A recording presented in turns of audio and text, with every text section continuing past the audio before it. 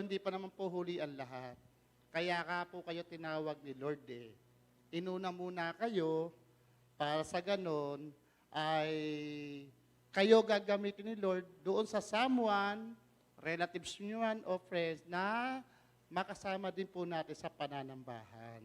Bakit po? Tingnan nyo po, almost 20 daw yung VIP natin ngayon. Kaway-kaway nga po, taas lang kamay yung ating mga in-invite ngayong araw na ito. Nasaan po? Taas nyo lang po yung kamay, huwag po kayo mapahiya. Para lang ma-recognize po namin kayo. Yan. Again, thank you po sa inyo. At ito naman po ay hindi namin pinopromote ang religion. Kasi karamihan po sa mga tao, lalo na po sa mga kabataan, pag pinag-usapan ng Diyos, ay, religion yan. Hindi po ba? Hindi po. Dapat, ang maintindihan po ng tao po, kapag Diyos ang pinag-usapan, yung pag-ibig niya. At mula sa pag-ibig, maranasan ng isang tao yung pakikipagrelasyon. O di po ba, ano ngayon? Hearts Day, at namamayagpag na naman ang mga nag-iibigan, lalo na po sa mga mag-aasawa dito. Refresh po tayo nung una nakilala natin si Mrs., si Mr., at ganoon din sa mga mag-boyfriend na soon to be ay magse-settle down. Binigay ni Lord yan para sa iyo, kapatid. Kaya i-value mo. Amen? At alam niyo po, hindi magiging matagumpay ang isang pag-iibigan kung walang tinatawag na communication. True relationship, yung komunikasyon nagpapatibay po dyan. Amen. Kaya nga tayo nasa church every Sunday eh. Makikipag-communicate ulit tayo sa dakilang mangingibig. At ito, ang Diyos na makapangyarihan. Amen? At ngayong pong unang Sunday ng February, at pag-usapan naman po natin, hindi naman po pag-iibigan, kamatayan. Pero related po ito sa tunay na umiibig po. Kamatayan tungo sa tagumpay. Na kapag ikaw ay dakilang mangingibig, sabi nga daw, walang hahadlang sa iyong narinig, sa iyong nakita. Lalo na kapag yung narinig at nakita ay mahal na mahal mo. O, di po ba? Gagawin nga daw ang lahat eh. Huwag lang mawala sa kanyang paningin ang kanyang minamahal. Even death. O, sabi mo sa katabi, ready ka ba sa kamatayan? At ang kamatayan ito, ngayon mo lang malalaman. Amen. Sige po, bago tayo manalangin, I share to you the Galatians chapter 2, verse 20. Dito po tayo magpo-focus ngayong araw na ito.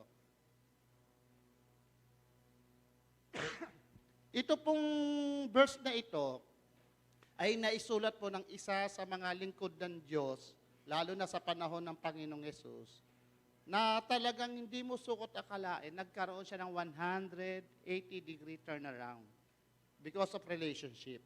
Not religion, relationship po. At ito po ay si Pablo. From Saul, naging Pablo. Basahin ko po, sabi rito, I have been crucified with Christ, and I no longer live, but Christ lives in me.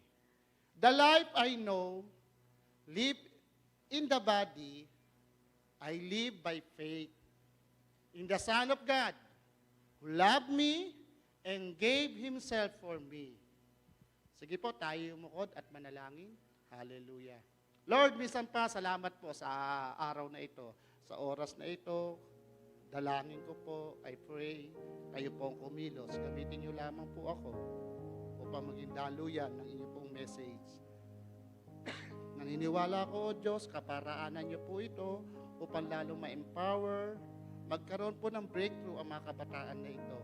Maging ang mga young ma'am, dada narito, ang mga nanay, tatay po namin, lolo't lolas, na yung kaparaanan niyo ang mangyari sa aming buhay. Sa mga pasamantala po naming iniwanan, ang mga challenges, Lord, maging answer prayer po itong aming pong pagsasaluhan. Holy Spirit, kayo po malayang kumilos, inaanyayahan po namin kayo, at ang bawat isa rito, Lord, uuwi po na may kapakinabangan, benepisyo sa mensaheng aming pong maririnig. Ito po ang aking dalangin sa pangalan ng Panginoong Yesus. Amen. Amen. Okay, palakpakan uli po natin ang Diyos. Yan po ay libre. At kapag pumapalakpak po tayo sa Diyos, pinakamalakas dapat. Yung pang pinakamataas, hindi palakpak lang para sa katabi mo o palakpak para sa sarili mo, kundi palakpak para sa Panginoon. Amen! Amen! Alam po, during that time, sa panahon ko po, uso naman po ang mga games. Yung nga lang, pinakasikat po that time po, no, ay Nintendo.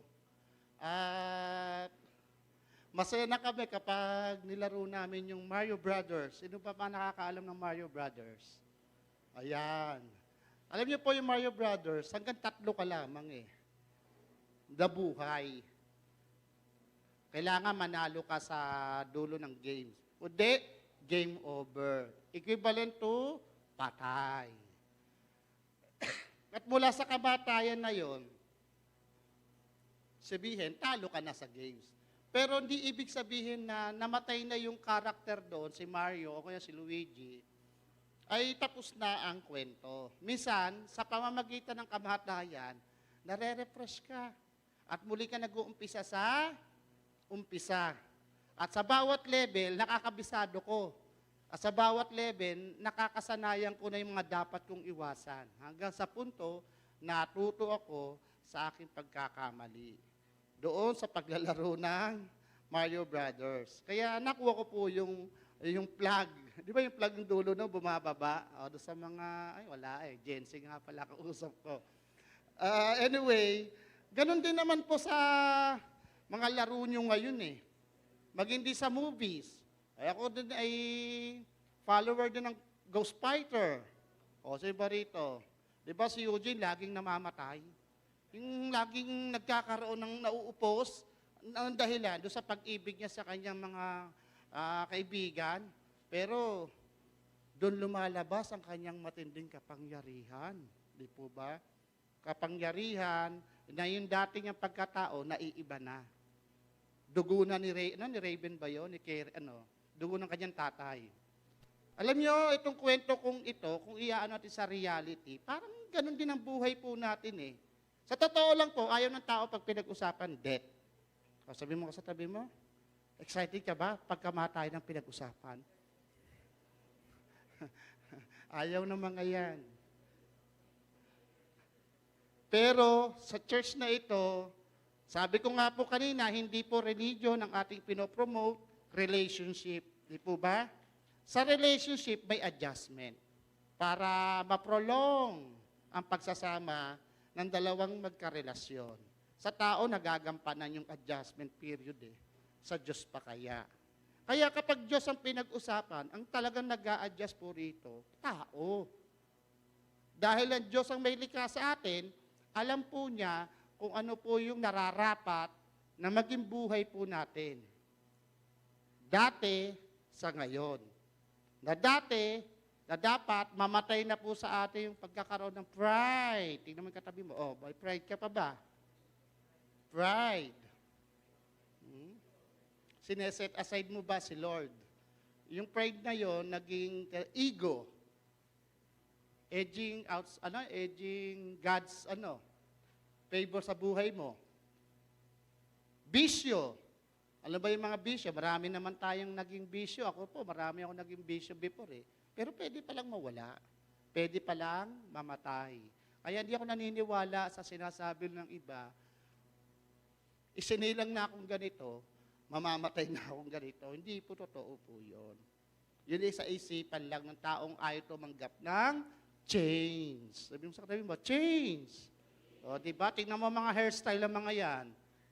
O, sino pa ba rito nakikiuso pa rin kay Kimpi? Taas ang kamay. O ngayon, uso na ngayon na buhok sa mga lalaki. Yung sa gilid lang, di ba? Tapos sa likod, medyo mahaba. Ay, uso pa, paikot-ikot lang eh. Sa mga babae, dati hindi uso reband. Ngayon, uso na reband. O, di po ba? Tanda ko na, mga tita ko, binibili lang yung rollers. Kinukulot nila. Ngayon, talaga naman, laki ng pagbabago. Lalong-lalo na sa mga maling relationship. Mali nga eh, dapat mamatay na yon at may bago dapat na isilang. At lalong-lalo na doon sa mga old habits, nakasanayan, nakagawian, nakalakihan. Mukha yatang natahimik kayo Malamig lang ba ang aircon or medyo involved na tayo dito?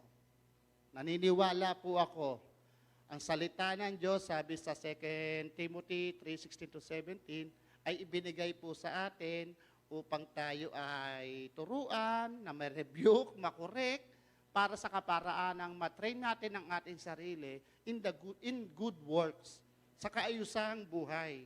Kaya hindi to bato-bato sa langit tamaan ay huwag magalit. Bato-bato sa langit ang tamaan, shoot na shoot. No, para sa ganon, uuwi tayong new life ang ating maranasan. Okay po ba ho yun? Palakpakan po natin ang Diyos sa buhay po natin. Fasten your seatbelt at tayo ay aarya na. Alam nyo mga kapatid, meron kasing gustong magtagumpay sa buhay. May mga tao na gusto po nila yung pagbabago. Pero ang din na makarry sa sarili nila, yung proseso. Paano? Anong gagawin? Ang karamihan ang gusto, shortcut method Di po ba? Lalo sa pag-aaral. Di ka naman pwedeng maging grade 6 kung di ka dumaan ng grade 1 to grade 5. Di po ba? Sa mga courses, kapag mag-i-specialist ka sa isang course, dapat dadaanan mo yon. Hindi pwede na instant lang na andun ka na sa ganung sitwasyon. At lalo na sa ating buhay spiritual. Kasi spiritual to At ito naman magdalas tungo sa buhay na walang hanggan At lahat naman po dito naniniwala, may Diyos sa buhay po ng bawat isa. At dapat lang lumalim po tayo dito. Unless, sabi nga po sa John chapter 12 verse 24, na ang tao tinulad daw sa isang butil daw o sa isang binhi. Sabi rito, ng Panginoong Yesus, pinaliwanag niya ito sa mga disciple niya. Sabi po sa NIV muna, NIV. Very truly I tell you, unless a kernel of wheat falls to the ground and dies, it remains only a single seed. But if it dies, it produces many seeds. Di ba totoo po? Pansinin niyo po ang isang puno. Isa lamang bunga ng bayabas na matured at nilipad lang ng kinain ng ibot. At ang mga buto nito ay nalaglag sa lupa. Asahan niyo po, tutubo yun someday. Ang kailangan lang, may mamatay na fruit at may mabaon sa lupa at ito yung kanyang buto. Pagkatandaan ninyo, hanggat hindi nahuhulog sa lupa ang butil ng trigo at namatay, mananatili itong nag-iisa. Ngunit kung ito'y namatay, namumunga ito ng sagana.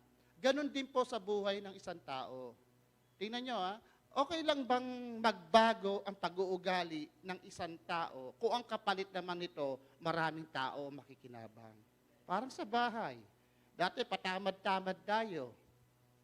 Kapag nakikita tayo ng ating parents, hindi nakangiti Lagi naka-smid. Oy, tanghali na, bangon ka na, magbe-breakfast ka na at kami mag-aaral pa, baka malate ka. Pero nung nakilala na natin ang Panginoong Hesus at siya na himangon sa buhay natin, tayo pa ang maaga sa ating nanay. Minsan tayo na nagluluto. Minsan tayo na nag-aayos ng ating pinagkainan. At mapapansin mo, ang mami at daddy mo, iba na ang ngiti sa'yo. Di po ba? Kasi may pagbabago, may change. At unti-unting nade-develop yung sarili natin na magkaroon tayo ng concern sa ating pamilya. Dumadami yung nagagawa mong kabutihan kaysa dati po. Bakit? Yun yung bunga po ng pagbabagong buhay. Yung pong butil na sinasabi rito,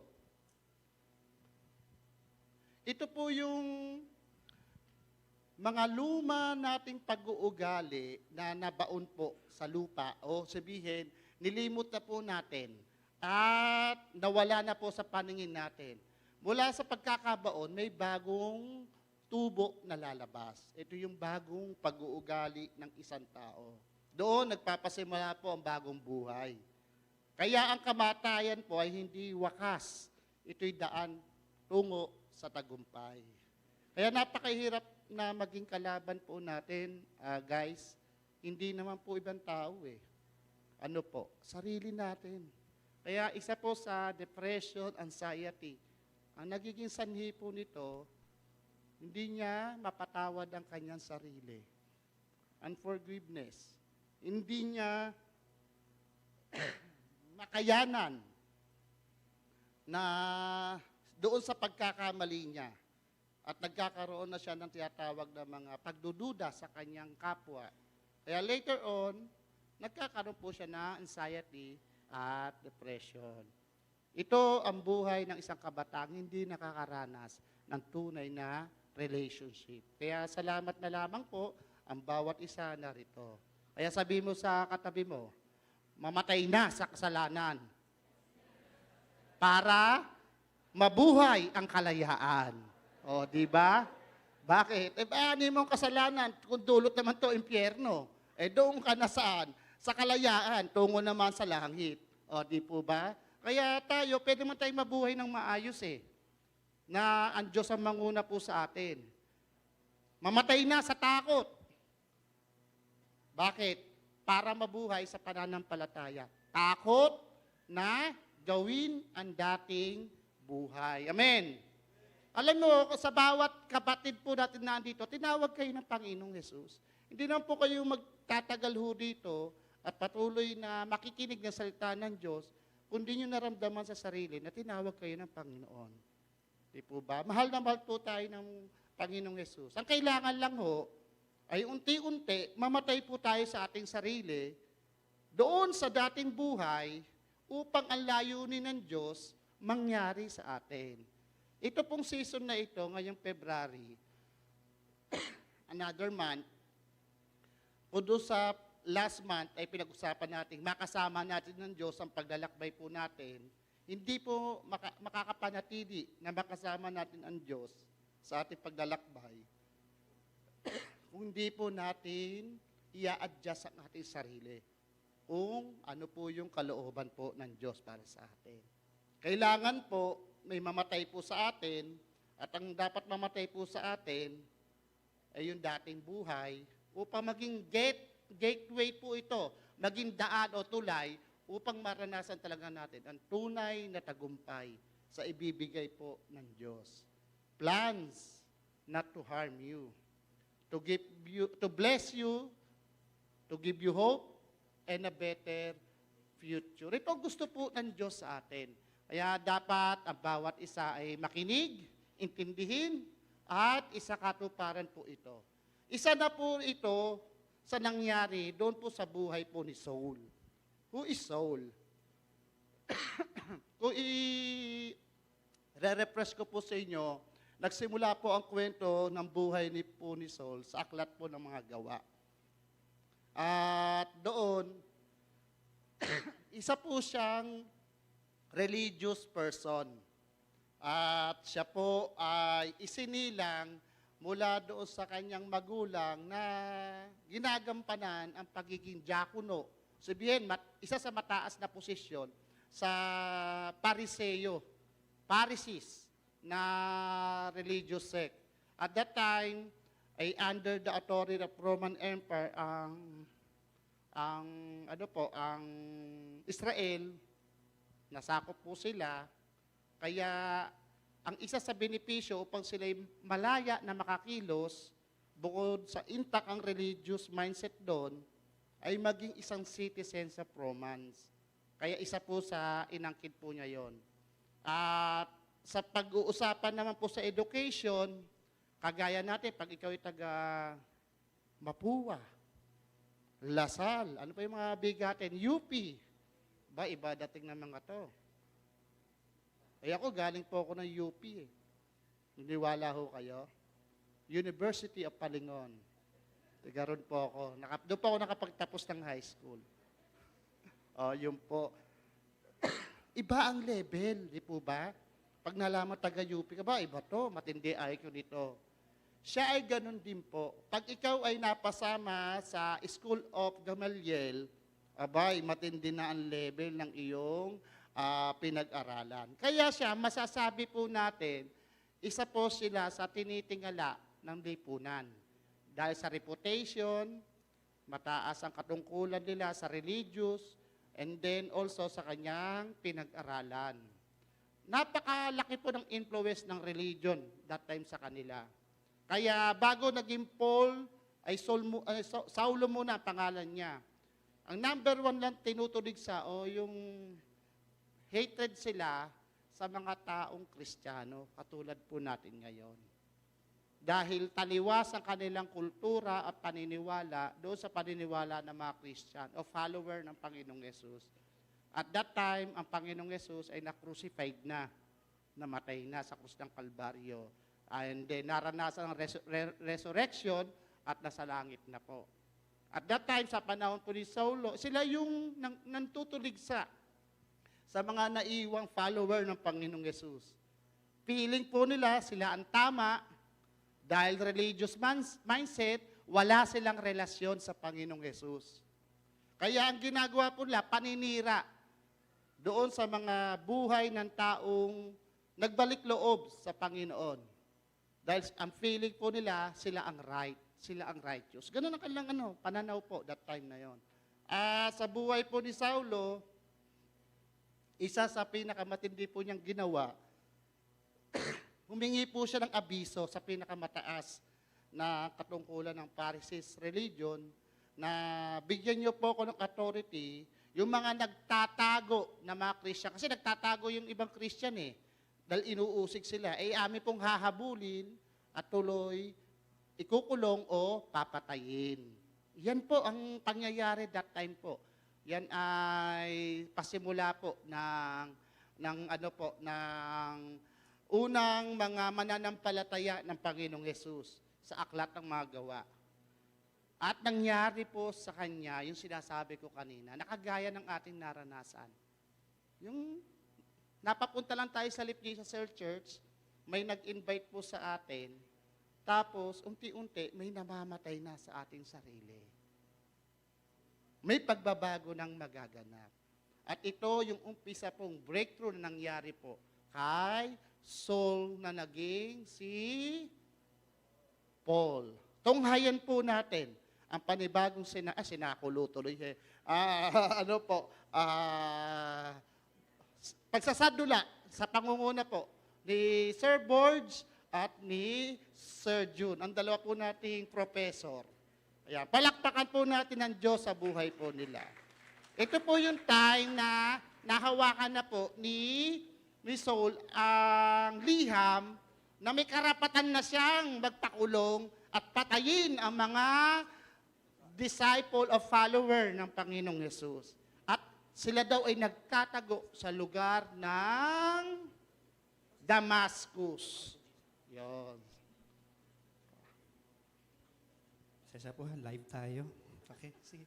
Sino ikaw? Kahit sino? Sige. Ako na lang si Saulo. Ikaw, Saulo? Oo, sige. Sino si Saulo? Ako po. Sino to? Si Jesus. Oh, Jesus Mukha bang Jesus ho? Ayan. At mukha rin yung Saulo ho. Okay po, sige po. Okay, camera, action! Ganap na ganap. Punong sasordote, ako po yung humihingi ng permiso sa inyo. Akin pong lilipulin, papatayin ang mga Kristiyano sa Damascus. Ano po, go po ba kayo? Oo, go ka na.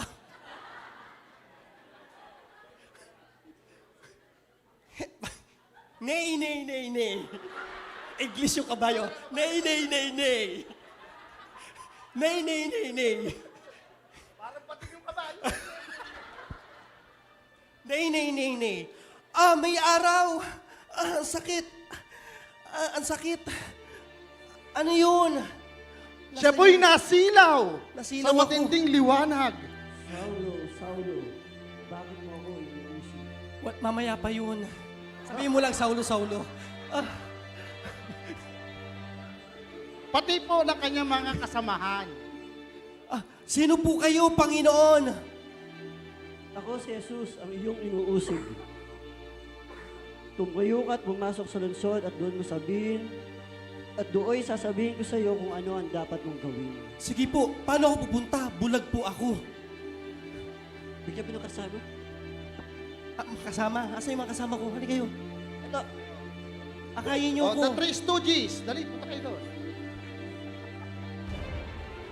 Akayin niyo ko.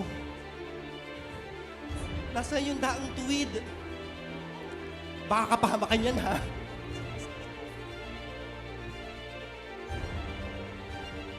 Lumipas ang 3 araw. Alam niyo po nangyari kay Saulo, thank you po sa bawat isa. Ikukwento ko na lang, baka makarried away kami lahat sa inyong That time po noon, may isang cell leader, ang pangalan Ananias.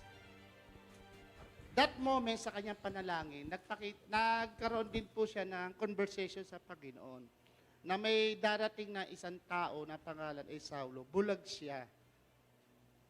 Bulag sa kaliwanagan.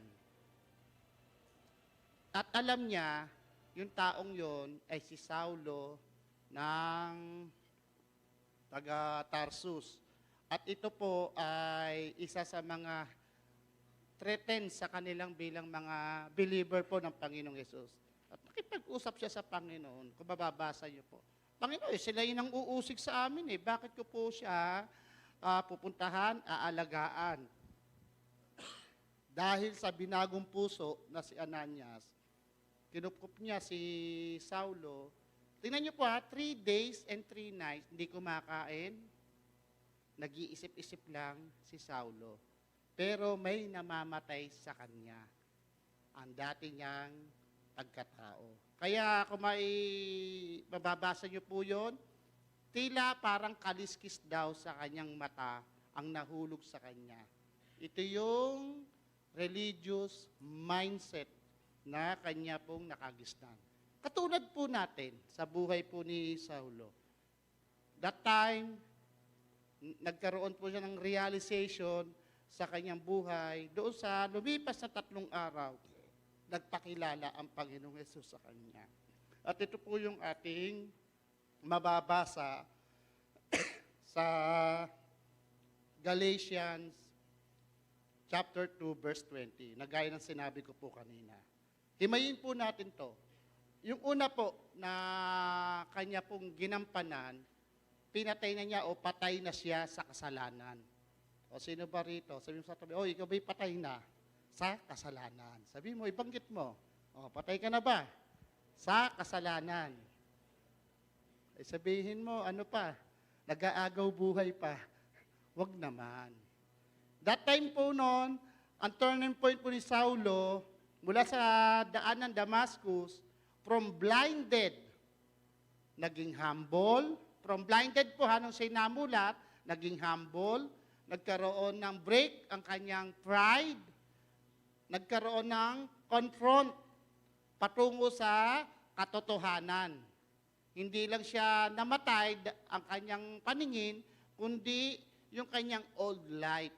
At muling nagkaroon ng liwanag ang kanyang mata, saan? Doon sa bagong buhay na kanyang tatahakin. Kaya tayo, as a Christian, kaya Christians, ay isang step po natin ang salita ng Diyos upang makapanatili po tayo sa Word of God na maisabuhay natin. Kaya sinabi sa 10:17 po ng Romans, ang pananampalataya daw po ay nagsisimula sa pakikinig. At makikinig lamang ako tungkol sa Ebanghelyo sa Panginoong Jesus. Kasi siya po yung source of light. Sabi nga po sa 46, I am the way, the truth, and the life. At lahat naman po tayo, temporal ang buhay natin dito, at ang ating direction, saan po? Buhay na walang hanggan. Una-una nga lang.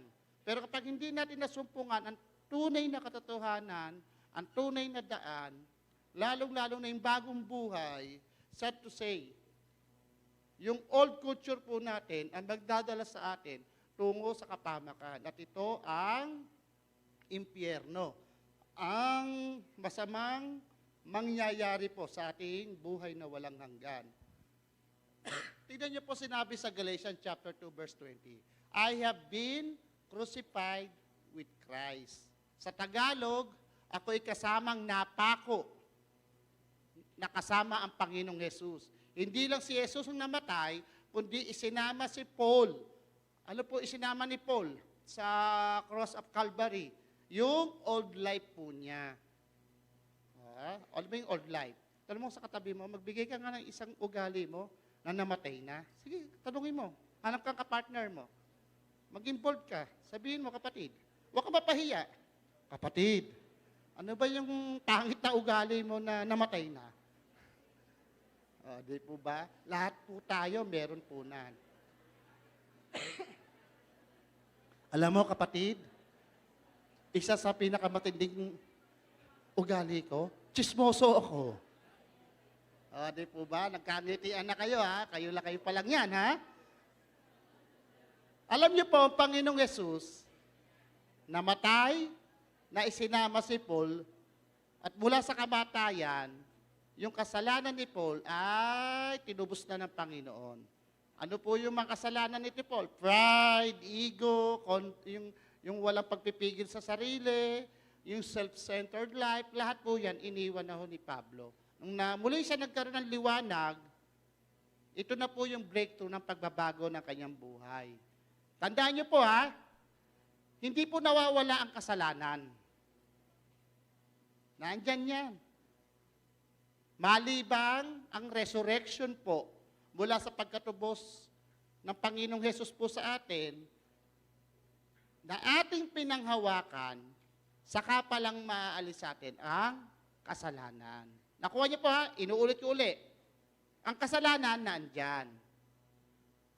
Mula sa resurrection o katubusan ng Panginoong Hesus sa atin, yung ating kasalanan ay kanya na pong tinubos upang tayo makaranas ng kalayaan na po sa kasalanan. Kaya sabihin mo sa katabi mo, kapatid, huwag ka nang babalik ha sa kasalanan. Yun. At ito naman po ang krus ng Kalbaryo, the crucifixion. Na akala ng iba ay, wala, sinakulo lang yun. Yun lang ito yung mahal na araw. Just as history lang, sasabihin ng iba. Pero yung benefits of the cross, kapatid, sayang kung di mo na-enjoy. Dahil mula sa krus ng Kalbaryo, mararanasan natin ang tunay na kalayaan. Amen? Kaya sabihin mo muli sa katabi mo, patay ka na sa kasalanan. Ha? Ang daming kwento pong ibinigay ang Panginoon sa parable. Ano sinabi niya? Kung ang mata mo ang nagiging sanhi, kaya ka nagkakasala, dukutin mo. O, di po ba? Alam niyo po ang meaning po nun? Kahit anong gawin mong maganda sa kapwa mo, pero isang bagay lang na gumawa ka ng pagkakasala sa kanya, mabubura ho yun. Dahil ang kasalanan, grabe kapag yan po ay dumikit sa buhay ng isang tao, parang cancer yan, uunti-untiin ka na mawala saan? Sa buhay na tungo sa Panginoong Yesus. Pangalawa, ano po sinabi po sa Galatians? Continuation po nun. And I no longer live. Hindi na ako nabubuhay. Patay na siya sa paniniwalang pangrelihiyon. Hindi na umaasa sa ritual, batas, o sariling kabanalan, o yung righteous. Naalala ko po, nung ako po ay nasa mga religious na sect, may mga ginagawa po kaming ritual para lang makapag-comply doon po sa sistema ng religious group na aking pong nakasamahan. Ano lang po yun? Emotion lang ng aming leader. Hindi dahil lang talaga sa devotion na mababasa po natin mula sa Bible. Nakakalungkot po, pero salamat na lang. Minsan akong nawala, pero nasumpungan ko yung tunay na buhay, pakipagrelasyon sa Diyos. Kaya sabihin mo ulit sa katabi mo, si Kristo na ang buhay ko. O, di po ba? Bakit po? Naman talaga ang buhay na ho natin as a Christian eh. Kaya hindi na may life, hindi na may rules, kundi yung rules na ni Lord ang gagawin ko. Ha? Mga kapatid, maliwanag? Ha? Maliwanag? Hindi na ito yung tunay kong buhay. Hindi na ito yung tunay kong rules, kundi si Lord na ang magbibigay sa akin, ang magpo-provide. Kaya nga Lordship po eh. Ano sinabi sa Galatians chapter 6 verse 14 po? May I never boast except in the cross of our Lord Jesus Christ, through which the world has been crucified to me and I to the world. Kaya hindi na tayo pwede pang maging alipin pa ng mundong ito dahil tayo alipin na ng Panginoong Hesus. Saan? Sa ikatututo po ng ating buhay. Huwag nang ipagmalaki ko ang anumang maliban sa krus ng ating Panginoong Hesukristo. Nasa pamamagitan nito, ang sanlibutan ay pinako sa krus para sa akin at ako naman ay sa sanlibutan. Na tayo na ngayon ang magiging way naman ng mga taga-sanlibutan upang sila ay madala sa pagkakapako saan? Sa krus ng Kalbaryo. Una-una lang. Ang maganda naman dito, pag nauna ka, ma-enjoy mo ang benefits of the cross. Marami po yan. At isa sa patunay po dyan, yung healing, yung miracles, at kapayapaan sa isip at puso. Lahat po yan naka-mention po sa benefits of the cross. Kaya tayo bilang mga kabataan, habang tayo nag-aaral, habang tayo ay nagwo-work, mga professionals, young professional, o even sa mga parents na po rito, tandaan niyo po, temporal lang buhay na ito. Dapat sinasama po natin ang pag-iinvestan, buhay na walang hanggan. Ang prerequisite, binagong buhay tungo sa Panginoong Hesus. Amen? Palakpakan po natin ang Panginoon. At sa pangatlo, for the last part ng verse po, sabi rito sa last part ng 2:20, the life I now live in the body, I live by faith in the Son of God, who loved me and gave Himself for me. Ang nagmahal sa akin, ang binigay niya ang sarili para sa akin. Ito po ang dapat nating mai-emphasize sa puso po natin. Madaya po ang sanlibutan. Konting pagkakamali po natin, pwedeng mawala na po ang lahat sa atin. Pero kapag si Lord ang nanatili po sa puso natin, alam niyo po, ito maganda. Yung mga hinahanap po natin sa buhay na ito, pupunan po ng Diyos. Yung mga pangangailangan po nating, sabihin nating matagal na nating gustong maranasan, ibibigay po ni Lord yon. What happened to Abraham, Sarah, and Isaac? At even din kay Lot. Ang pagkakamali lang po, decision making po natin. Na si Pablo, from Saul, naging persecutor ng mga nagpapalo sa Panginoong Hesus. Ang nangyari, guys, alam niyo nangyari? Naging preacher po siya. Kagaya ko po. Hindi ko naman po sa inano ko, sa sarili ko. Dati, ang hawak ko po, kopita, lamesa, at kasama ko yung aking mga kasel group sa inuman. At ang kwentuhan po namin, buhay na may buhay, pinagchichismisan po namin. Pangit na buhay, pero yun ang naging buhay ko po before eh. Alam niyo pang masaklap? Rampant po, bisyo ko po. Ako po ay mahilig, manloko po ng babae, sad to say, pero yun po yung dati kong buhay. Pero salamat na lamang po, na bago ang buhay ko, dahil ang Panginoong Hesus, sumasa akin po. Hindi naman tayo perpekto. Tandaan nyo, hindi naman tayo perpekto. Pero, ang isang taong nagbalik loob po sa Diyos, binabago siya araw-araw. O, di ba? May kanta po yung, binabago mo ko araw-araw. Kaya si Saul po, from Saul to Paul, dating killer, naging life giver. Kaya tingnan mo muli ang katabi mo, kapatid. Life giver ka din. O, di ba? Lalo na po sa mga nag-invite po doon sa first timer natin. Alam niyo po, part kayo ng pagiging life giver sa kanila tungo po sa Panginoong Hesus. From religious mindset, naging surrender life ang buhay po niya. Kagaya po natin, minsan meron tayong nakagisnan eh. Pero ngayon, naalis na po sa ating kaisipan at ngayon, ang maganda, habang buhay, lumalalim tayong lumalalim sa ating paniniwala at pananampalataya na ang Panginoong Hesus, siya yung author and finisher ng ating pananampalataya. Kaya nang namatay si Saul, nabuhay si Paul. Ako po, dating pangalan ko po ay Paeng. Paeng po pangalan ko po. Binago ko lang po yun nung ako po ay nagtrabaho na sa McDonald's. Batang McDo rin po ako eh. Ginawa ko pong Rafi. Kaya kapag mayroong tumawag sa aking Paeng, alam ko to. Ito yung mga dati kong dabarkads, mga kainuman, mga dati ko pong kasamahan sa dating buhay. At kapag may tumawag po sa aking Rafi, ito na po yung binago ko po ang sarili. Lalo ba kapag nilagay niyang pangalan, Pastor Rafi. Nako, ibang level yon. Bakit po? Ginagamit na ako ni Lord. Alam niyo po, kung nangyari po sa akin yon, possible, posible, mangyayari po sa inyo. Lahat po tayo ay pwede po na makaranas po nito. Ang mahalaga, continuous lang po tayo na mag-follow sa Panginoong Yesus. Sino rito mga may social media accounts?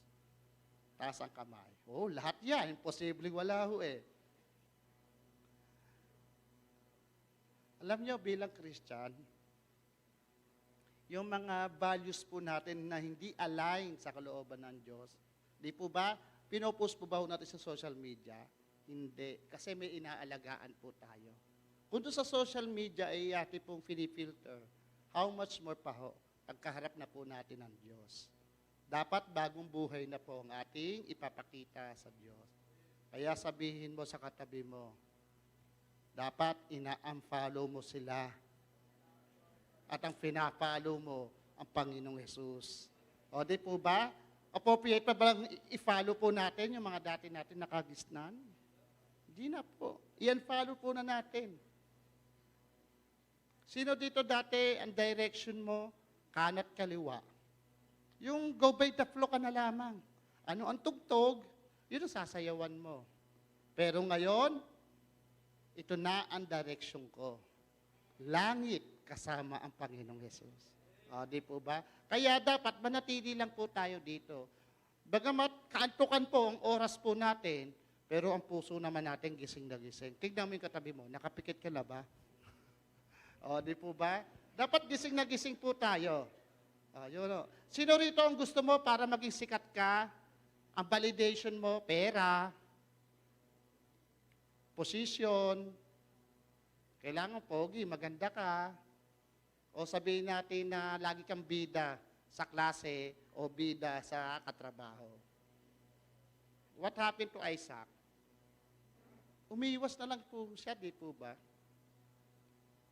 Dahil ang nagbibigay ng direction sa kanya, hindi tao, kundi ang Diyos. Kaya kapatid, anumang komento ang sinasabi ng mga kapaligiran, huwag niyo po pansinin yun. Ang pansinin niyo, yung komentong nasasaad sa Bible. Marami po tayong mababasa po sa Bible na magpapasaayos ang ating buhay. So umpisa, even din po ako nahihirapan. Pero salamat na lamang, mayroon tayong cell leader na nauna po sa atin, na nagpapaliwanag. Ganang kabuti po ang Diyos. Kaya sa pagtatapos ko po, patay na tayo sa ating dating pangarap. Ano ba yung dati mong pangarap? Tanong mo sa katabi mo. Ano ba yung dati mong pangarap? Kasabihin niya, ikaw, uy, teka, lalaki ako. Kaya kapag magtatanong ka, tingnan mo muna kung lalaki o babae, katabi mo, ha? Baka magkamali ka at sabihin ka, uy, lalaki ako, babae ako. Hindi tayo talo. Natanong niyo na ho? Ngayon, ito sabihin nyo, patay na ako sa sarili kong pangarap. Dahil ang pangarap ko, sundin ang kalooban ng Diyos. Amen. Ngayon, sa pagtatapos ko po, kasi introduction pa lang ito sa buhay po ni Pablo. Gaya po ng nangyari po kay Pablo. Una po, ano po nangyari po sa kanya? patay na siya sa kasalanan. Huwag na po tayong babalik. No turning back, no turning back. Pangalawa, patay na po saan? Sa paniniwalang relihiyon. Alam niyo po yung paniniwalang relihiyon na ito yung mga old culture na ating pong nakagisnan. At pangatlo, patay na sa sariling pangarap. Yung dating pangarap na pinapangarap mo, wala na pala siya sa pangarap mo. Dahil ang pangarap mo ngayon ay maglingkod kay Lord. Amen.